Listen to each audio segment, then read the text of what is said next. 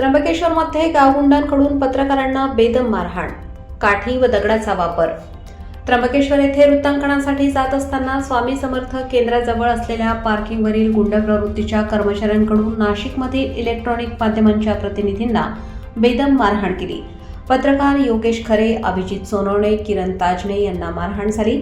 या घटनेचा सर्व स्तरातून निषेध व्यक्त करण्यात येत आहे। राज्याचे अन्न नागरी पुरवठा व ग्राहक संरक्षण मंत्री छगन भुजबळ यांनी या पत्रकारांची रुग्णालयात जाऊन भेट घेतली। त्र्यंबकेश्वरमध्ये वृत्तांकनासाठी जात असताना इलेक्ट्रॉनिक मीडियाच्या पत्रकारांना स्वामी समर्थ केंद्राजवळील गाड्यांची प्रवेशाची पावती घेणाऱ्या गुंडांकडून मारहाण करण्यात आली। छत्री, काठी आणि दगडाने ही बेदम मारहाण करण्यात आली। या पत्रकारांना रुग्णालयात दाखल करण्यात आले आहे।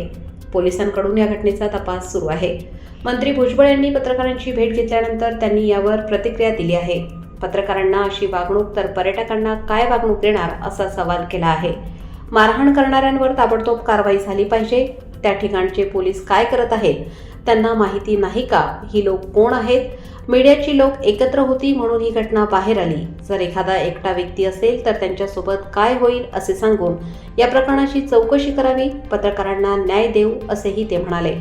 लोकमान्य न्यूजसाठी संचालक लक्ष्मीकांत शिंदे, त्र्यंबकेश्वर।